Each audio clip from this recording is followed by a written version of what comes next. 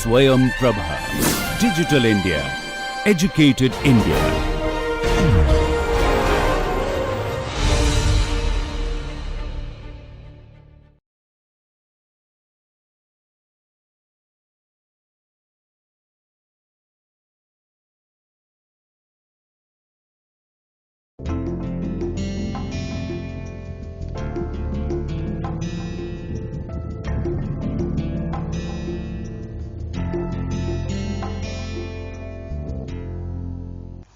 So far in this course, we have discussed straight tooth spar gears which are used to connect two parallel shafts. So, we have discussed what we call spar gears with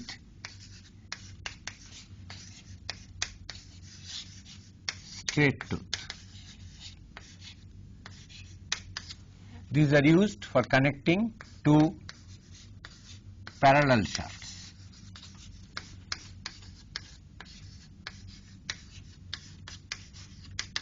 And the tooth on the gear surface runs parallel to the axis of these shafts. There are other types of gears which are used to connect either parallel or intersecting or skewed shafts, and in today's lecture we will briefly discuss all these other types of gears. If you remember, in case of spur gears, we discussed something called contact ratio. And contact ratio is always more than 1, and the recommended desirable value is of the order of 1.4. What does it mean? That for some part of the cycle, either one pair of gear teeth are in contact, and for rest of the cycle, two pairs of gear teeth are in contact. So, on an average 1.4 pair of gear teeth in contact. Now, if we have straight tooth spar gears,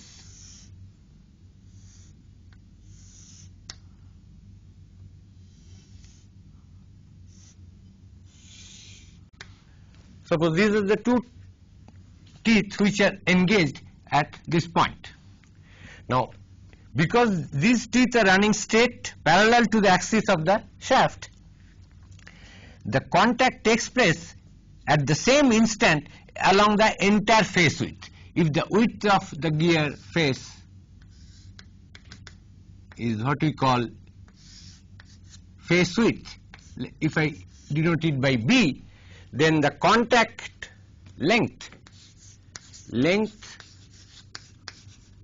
of contact line between a pair of gear teeth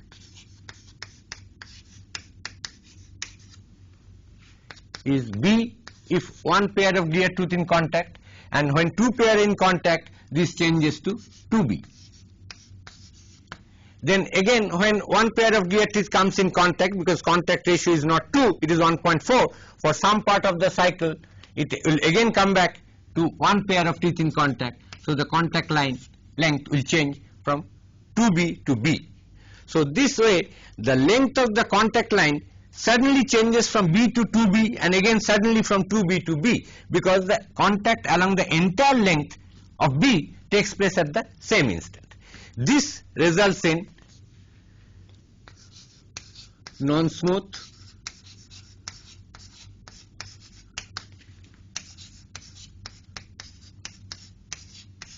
noisy operation. To get rid of this noisy operation, we can go for a little costly gears which are known as helical gears. These are again spar gears, that means used to connect two parallel shafts, but the teeth of the gear are not straight along the surface of the gear surface, outer surface of the gear. They don't run straight parallel to the axis of the shaft, rather they are in the form of a helix, and in that case we call it helical gears. I will now show a diagram of a pair of helical gears and show in this case that contact between a pair of teeth starts at a point between two helix and then develops gradually.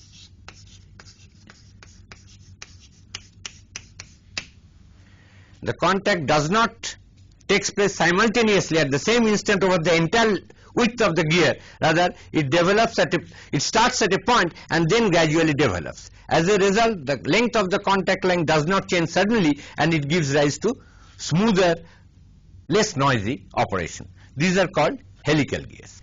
This diagram shows a pair of helical gears. As we see, this is one shaft, this is another shaft, which are both vertical, that is, both are parallel shafts. These two shafts are parallel, and on this shaft this helical gear is mounted, and on this shaft this helical gear is mounted. And here at this contact point, as I said, the contact between the pair of teeth between these two helical gears starts at a point and gradually develops. That gives rise to smoother operation. So these are called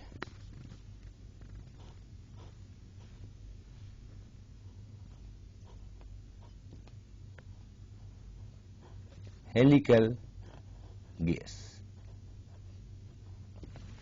The thing to note, when two parallel shafts are connected by helical gears, their helix are of opposite direction.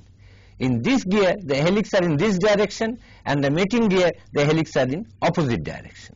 Accordingly, we call them either left-hand helix or right-hand helix. To decide whether it is left-hand or right-hand, we follow this convention. We look at this gear along the axis, and as we see, the teeth is inclined. If I view it from this side, the teeth are inclined to the left. The tooth starts from here and gets inclined to the left. So this is called left-hand helix.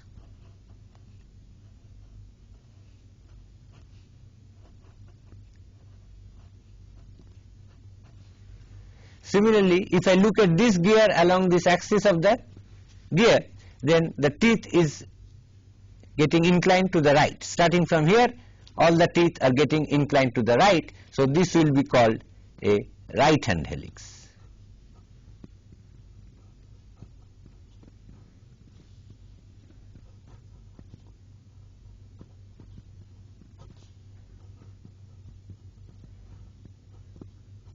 So two parallel shafts are connected by a pair of helical gears, one of which is left hand and the other is right hand.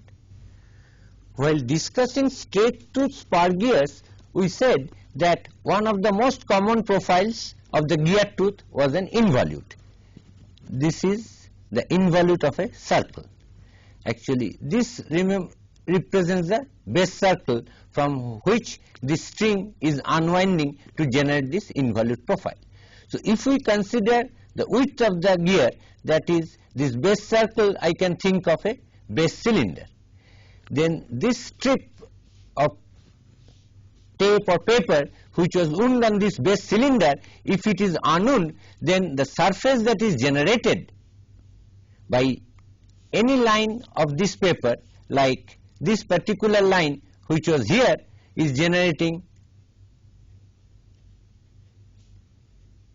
this involute surface, and the gear tooth of a straight tooth spar gear was this involute profile. Let us see what happens in case of a helical gear. In the case of a helical gear, this generating line which was parallel to the axis of the base cylinder, if this is the axis of the base cylinder, then this generating line which was generating the involute profile was parallel to the axis.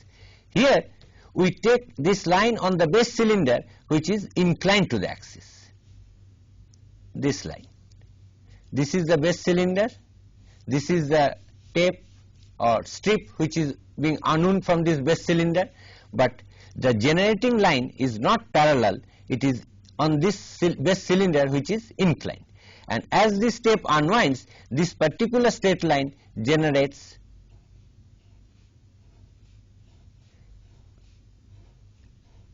this surface, and this surface is the helical tooth surface of helical gears. This surface is called involute helicoid.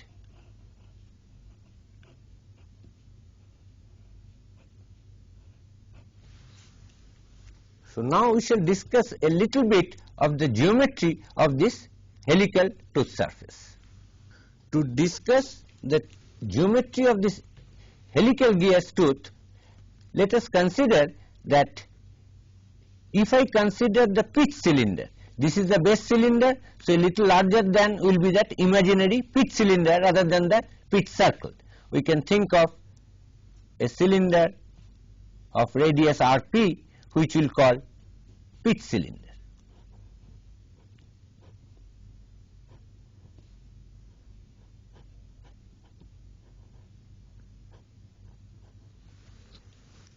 The intersection of the pitch cylinder with the tooth surface is this line, which we call pitch helix.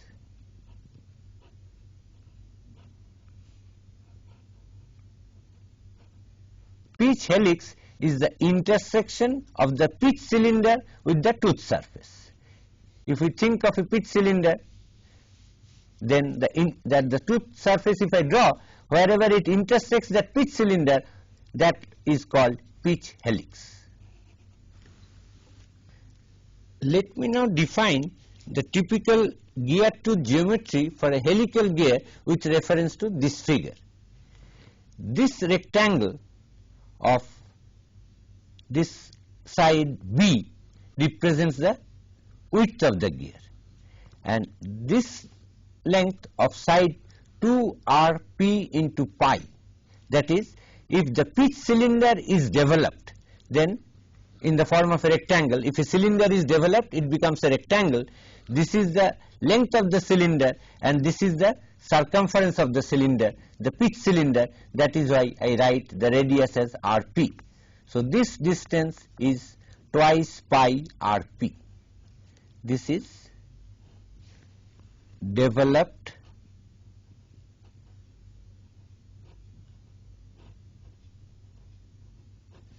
pitch cylinder.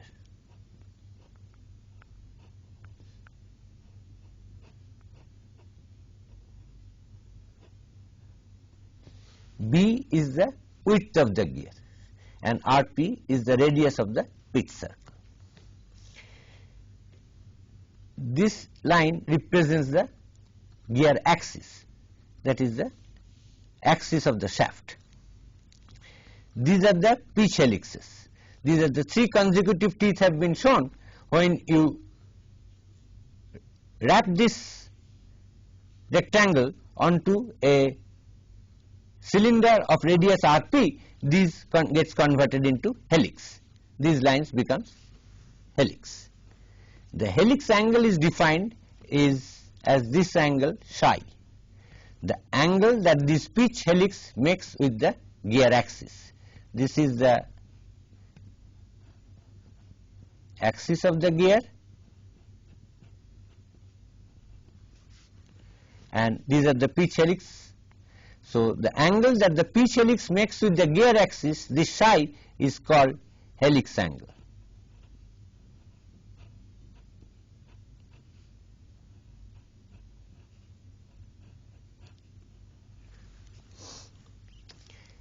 This line represents the plane of rotation.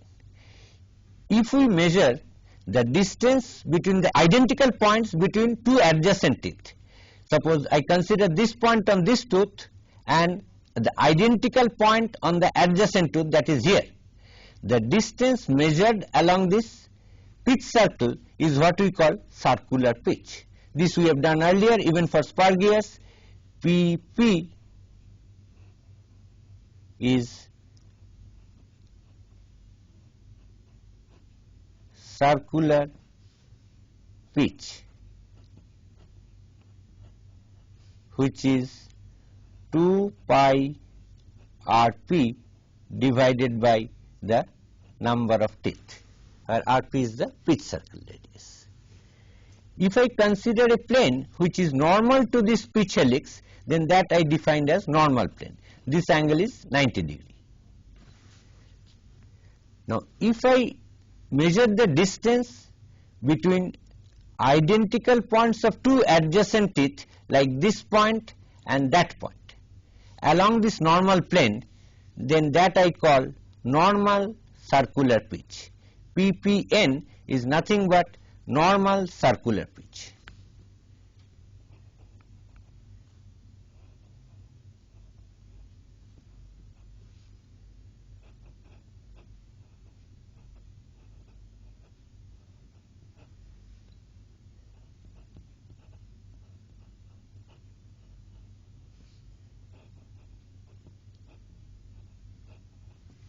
If we measure the distance along this pitch circle or plane of rotation between two identical points of two adjacent teeth, then this distance I call pp as it is here, and if I measure along the normal plane, then I call it ppn. As is clearly seen, if this is pp, this distance, and this angle is psi, the helix angle. So these two are related. ppn is nothing but pp cosine of psi. So I can write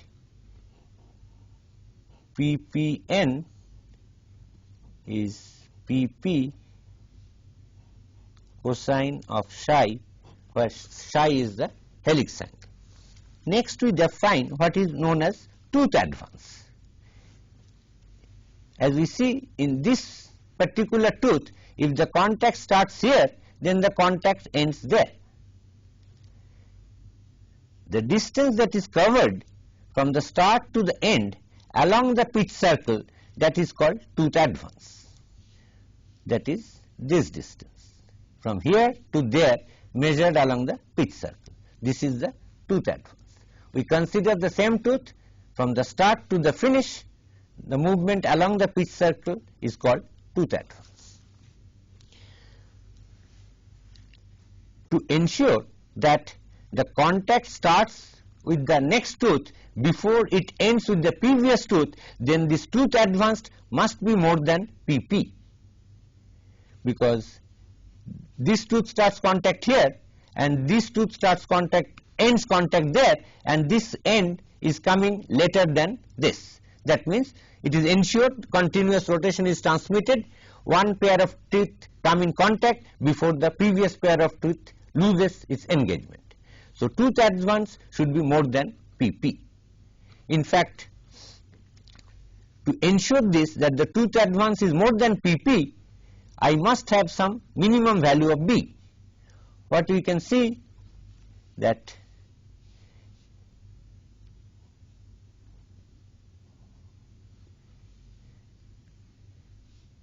if this is b and this angle is psi, then tan psi is tooth advance divided by b. Tooth advance divided by b is tan psi, so this is b tan psi.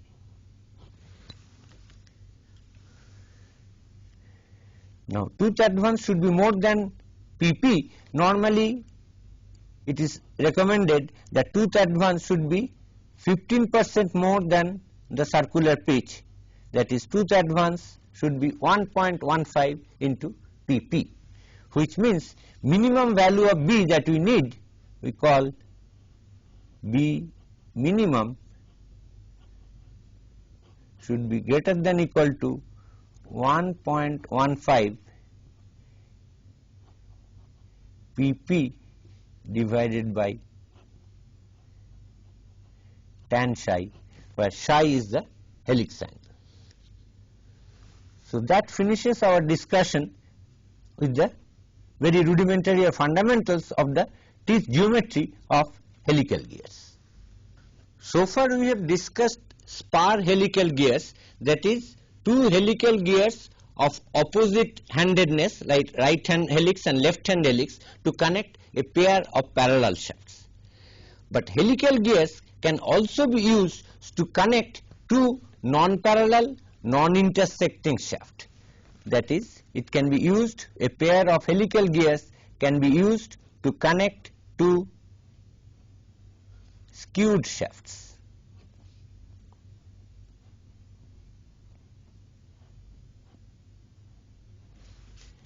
as shown in this diagram, this shaft axis is vertical, whereas this shaft axis is horizontal, and they can be connected by a pair of helical gears, and such gears are called crossed helical gears.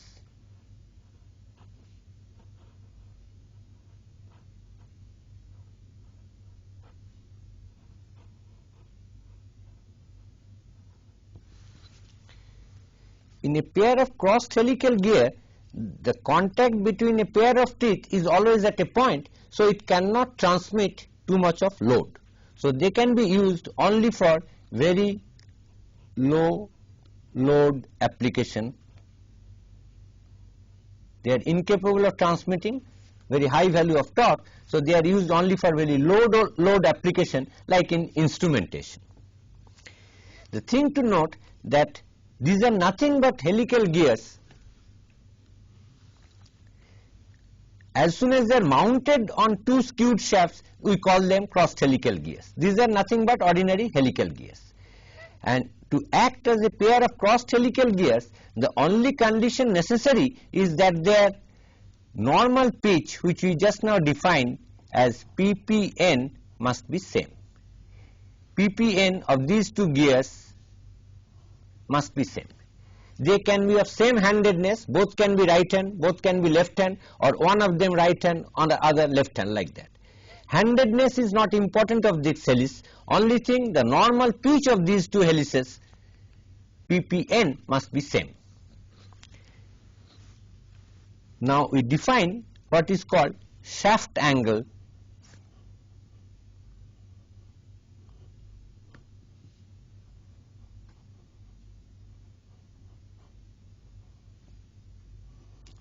That is, between the skewed shafts, how do I prescribe the angle? To define the angle between these two skewed lines, we view it along the common perpendicular. We drop a common perpendicular between these two skewed lines and view these two lines along that line. The next diagram will make it clearer.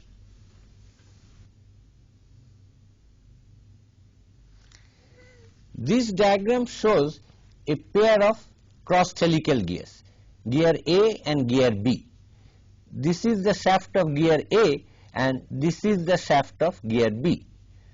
So if I view it along the common perpendicular between these lines and this line, which is perpendicular to the plane of the paper, then this is shaft of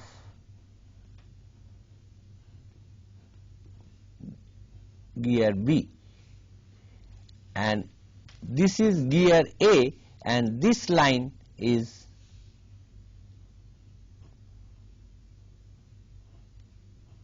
shaft A. The angle between these two shafts is measured by this angle theta. This vertical line represents the shaft of B, which is perpendicular to the plane of the paper. In the top view, I am seeing it here. This line represents shaft of B and this line represents shaft of A, and the angle between them we call shaft angle. This theta is called shaft angle.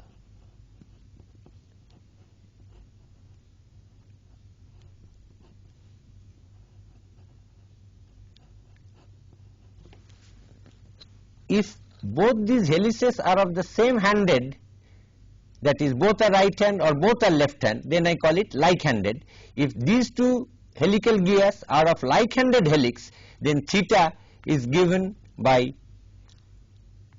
psi 1 plus psi 2, where psi 1 is the helix angle of one gear and psi 2 is the helix angle of the other gear. This is plus when they are of same handedness, and if they are of opposite handedness, then the shaft angle theta will be psi 1 minus psi 2. This is for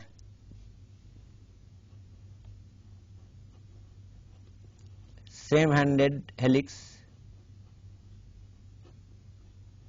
and this is for opposite hand.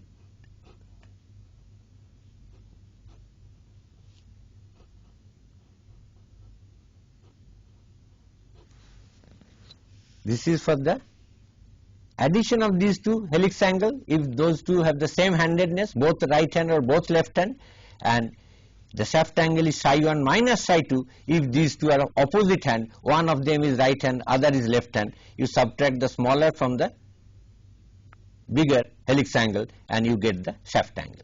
The shaft angle is that if I rotate one of the shafts such that these two axes become parallel, then what is the amount of rotation necessary to make these two shaft axes parallel and these two gears rotate in opposite direction. As shown here, this is rotating in this direction. If I rotate this and make it parallel to here, then that gear will rotate in opposite direction. The amount of rotation that is necessary is what we defined as the shaft angle theta. Just now we have explained the shaft angle for a pair of crossed helical gears which are used to connect two skewed shafts. Say this is gear 1 and this is the axis of gear 1. This is shaft 1. This represents gear 2 and this line represents shaft 2.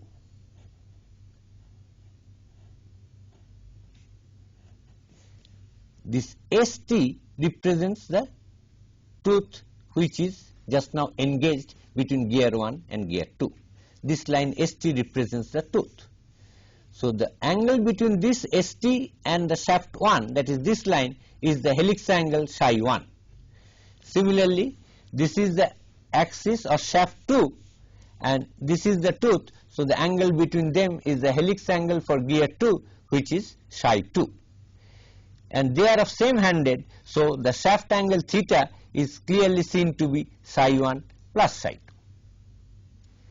The diagram changes as follows if the two gears are of opposite handed helix. Here this is gear 1 with this as the this line, this is gear 1, this line is shaft 1,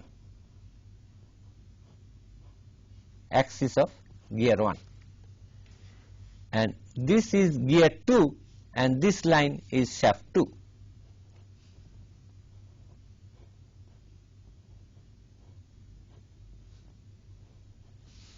So the angle between shaft 1 and shaft 2 is this, which is theta, and here the gears are of opposite handed, so this is psi 2 and this is psi 1, where ST is the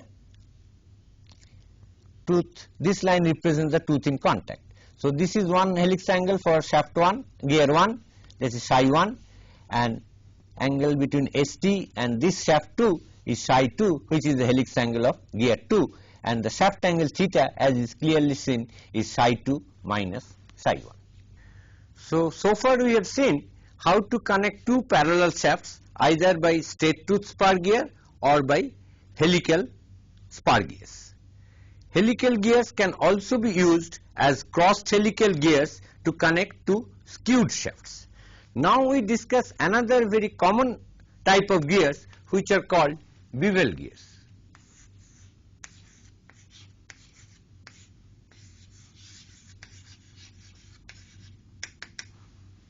These bevel gears are used to connect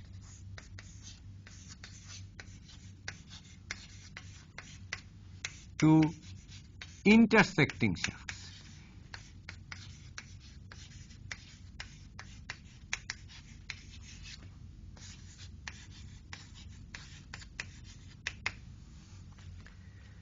Suppose this is one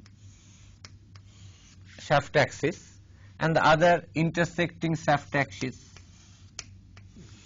is like this. I am taking it the angle 90 degree, it need not be 90 degree, just as an example I am talking of two shafts intersecting at 90 degree.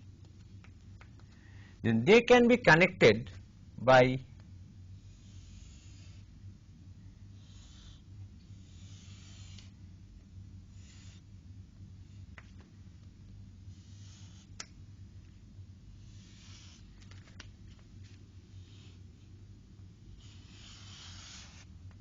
a pair of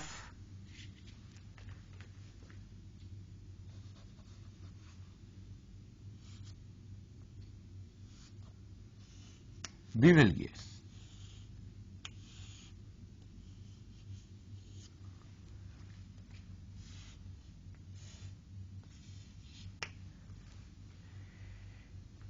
If this gear is rotating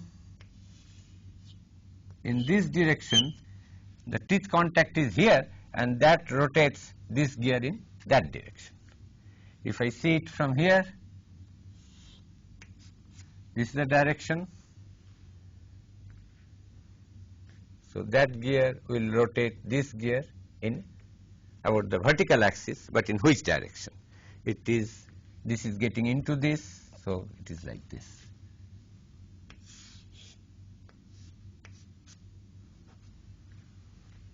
So these are called a pair of bevel gears. The thing to note that for spur gears we had this pitch surface which are cylinders. Gears teeth were cut on the surface of a cylinder. Here the gear teeth is cut on the surface of a truncated cone. So these cones represents what we call, instead of pitch cylinder we have pitch cones. And the semi-vertex angle of these cones, say I call it, this is gear 1, this is gear 2. The semi-vertex angle of these cones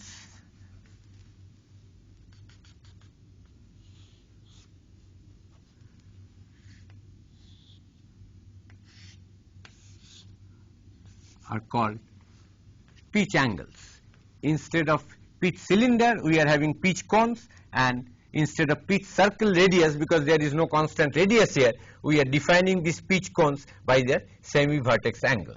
So gamma 1 and gamma 2 are called, instead of pitch circle radius, are called pitch angles or cone angles.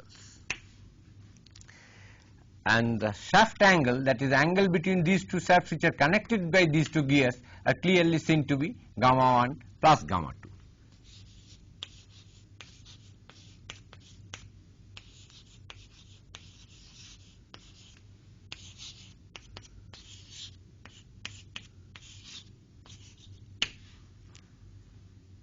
I will show these things again with a better diagram. In case of spur gears, we have seen the equivalent motion that is transmitted by a pair of spur gears can be represented by rolling of the one cylinder over the other without friction. Those are called pitch cylinders, or in case of two-dimensional representation, pitch circles. It is the pitch cylinders rolling over each other without slip transmitted the same motion as by a pair of involute teeth. In case of bevel gears, those pitch cylinders are replaced by pitch cones. These are two pitch cones, and if one rolls over the other without slip, then this rotation of these, assume these are friction cones, there is no slip along the line of contact, then this rotation of this cone will generate this rotation of the other cone. And this is the equivalent motion that is transmitted by a pair of bevel gears. So instead of pitch cylinders, in case of spur gears, we have pitch cones for the bevel gears. The angle between the axis of these two cones is called the shaft angle theta, and these axes represent the shaft axis which are intersecting and meeting at the vertex of these two pitch cones. For spur gears, we have seen from pitch cylinders, by unwinding a strip we generated the tooth surface which were involute. In case of bevel gears, we have to unwind from this base cone rather than base cylinder or base circle. In case of spur gears, now we unwind this strip which was wound onto this base cone. By unwinding, we are generating this surface by the, as the strip unwinds, and this surface will represent the tooth of a bevel gear, and this surface is called spherical involute. Instead of involute of a circle as we got from the spur gears, here the radius of the base circle keeps on reducing. As a result, this surface changes from involute to a spherical involute. This figure represents a pair of bevel gears along with its teeth. As we have said, this is one pitch cone.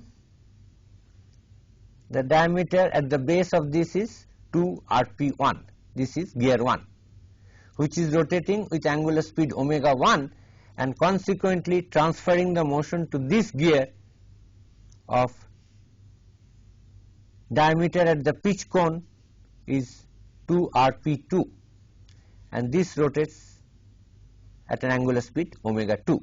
It is rp1 into omega 1 will be same as rp2 into omega 2, because at the pitch cone there is no slip. The semi-vertex angle of these pitch cones, as you see, is gamma 1 and gamma 2, and the shaft angle is gamma 1 plus gamma 2, as I explained earlier. So for the tooth is concerned, we say we measure above and below the pitch cone level, and this is the addendum of the tooth and this is the dedendum of the tooth. Everything is measured at the level of the pitch cone base of the pitch cone. BC is the base of the pitch cone of gear 1, AB is the base of the pitch cone of gear 2. In this diagram, we have just seen the tooth. Only one thing was left out, that is this width of the tooth, which we call the face width. This is measured along this length. At the addendum, we measure this, which we call, or here this length we call the face width, which we represented by B. While we discussed spur gears, we talked of rack.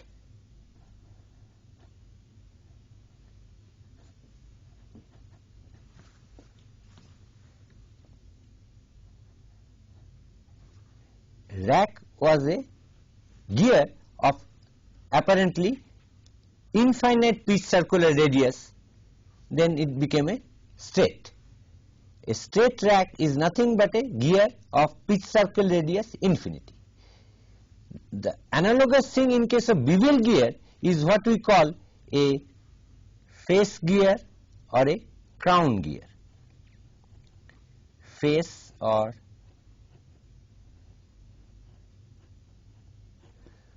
crown gear, which is analogous to rack in case of spur gears. These are a pair of bevel gears, but this is what we call face gear or crown gear. The thing to note is, here the pitch circle radius was infinity, and in case of crown gear the pitch cone angle is 90 degree. That means the teeth are cut on this circular track rather than on the surface of a cone, because this cone has a semi-vertex angle pi by 2. So all these teeth of the crown gear or face gear lies on a circular track, and this is analogous to rack in case of a spur gear. The bevel gears which we have shown so far all have straight teeth, but we can have bevel gears also with helical teeth. We can have helical tooth on bevel gear.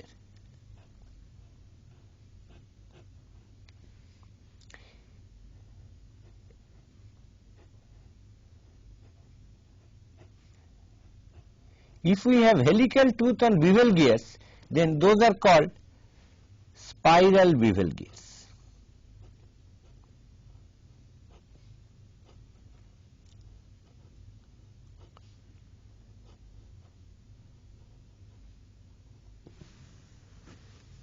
This, as I said earlier, the gear is a vast subject. We are not going to discuss all the details of these spiral bevel gears, but there is one type of spiral bevel gears which are very commonly used in automobile and which are called hypoid gears. Hypoid gears. These are used in automobile, and I will show the diagram of a pair of hypoid gears. This diagram shows what I call a hypoid gear.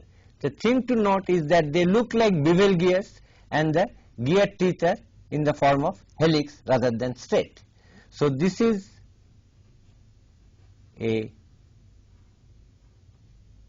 crown or face gear, because the semi-vertex angle, if I think of this as a cone, is 90 degree, and the gear teeth are lying on the circular track. So this is a crown gear but with spiral tooth, so we can call it a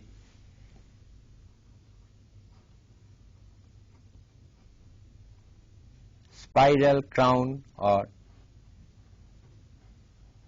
face gear. And this gear is in contact with this gear. As I said, these are used in automobiles with this as the input gear and this as the output gear, and this is called a hypoid gear. The thing to note is that the axis of this shaft and the axis of this shaft, these gears are not intersecting, rather they are offset. So these hypoid gears are very similar to bevel gears, but not exactly bevel gears, because bevel gears are used to connect two intersecting shafts, but here there is an offset. This line does not intersect this line, so there is an offset. So this is very similar to a pair of bevel gears, and this gear is very similar to a crown gear or face gear but with spiral teeth, and this type of gears are called hypoid gears, which are used in automobile. The advantage of this is that in a single pair, by a single pair of gears, a very large reduction is possible of the order of 40 to 50 speed reduction by this value. Ratio of the speeds by 40 to 50 can be achieved by this hypoid gear. Today we have discussed different types of gears like helical gears, bevel gears, spiral bevel gears, hypoid gears, and we finished this lecture by mentioning a very commonly used another type of special gear, which are known as worm and worm wheel or worm gear.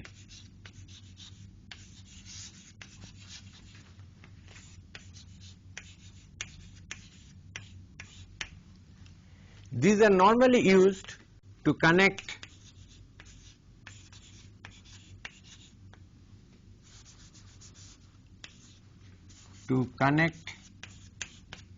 two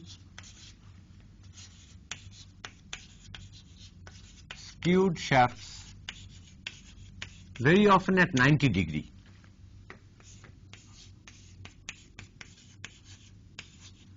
Perpendicular to each other but non-intersecting. They are one above the other, but the angle between them is 90 degree. These are used for a very high speed reduction. Worm is the input shaft and worm wheel or worm gear is connected to the output shaft. And the speed ratio, output speed by input speed,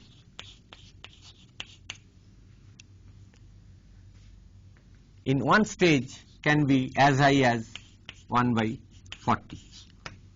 As we will see that if we start from a helical gear, but if the helix angle is so large that one tooth makes a complete revolution on the pitch cylinder, then it becomes a worm.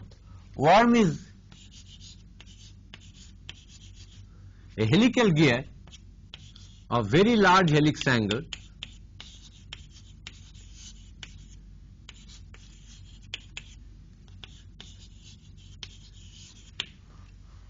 helix angle is so large that it makes a complete revolution on the pitch cylinder, and then it gets converted into a worm, and it looks like a screw, and it is this screw which drives the worm wheel. I will show the complete picture a little later. the things to discuss is that, as we will see, the ratio of the speed reduction can be very high at single stage by using a worm and worm gear. And it is one thread of the worm which comes in connection with a large number of teeth of the worm wheel. If the teeth on worm wheel, number of teeth on worm wheel is n, then speed ratio, output by input speed, will be 1 upon n.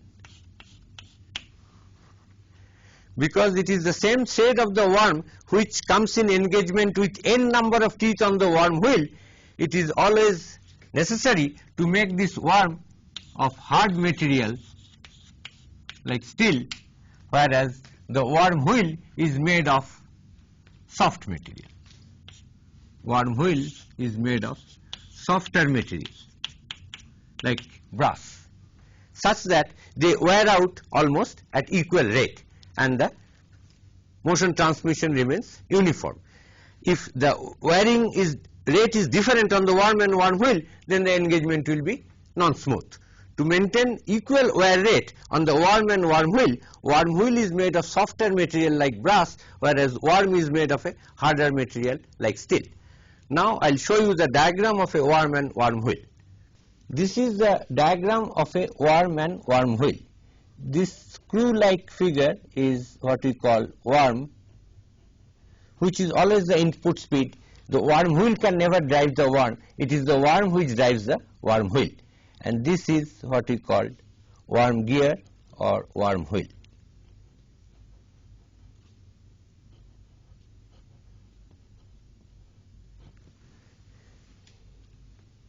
If the number of teeth on this worm wheel is n, if the number of teeth on the worm wheel is n, then the speed ratio is 1 upon n.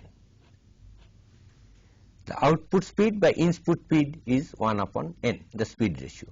So if we have 40 teeth on the worm wheel, in single stage I can get a speed reduction of 40, and that is not very uncommon.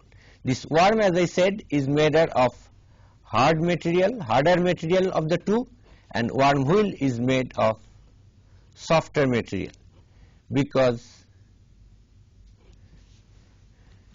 it is the same worm thread is coming into engagement with all the worm teeth. So the wear rate is lower here and more here. So this, to make uniform wear rate on both, this is made of harder material and this is made of softer material.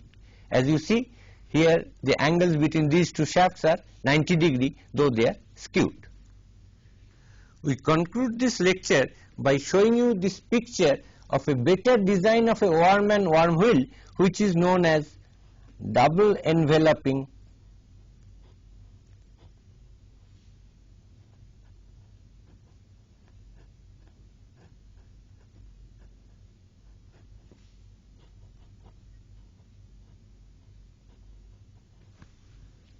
This is the worm and this is the worm wheel. The thing to note is that the threads of the worms are not straight, rather there is a curvature.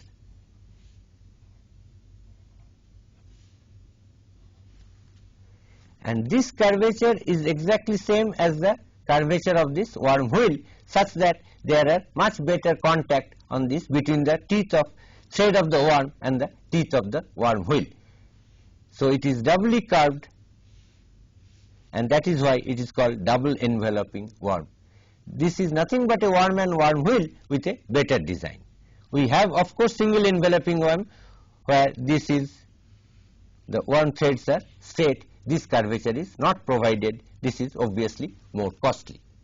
So there we conclude different types of gears, only the glimpse of different types of gears. We have discussed in detail the spur gears, and in our next lecture we will discuss the analysis of gear trends.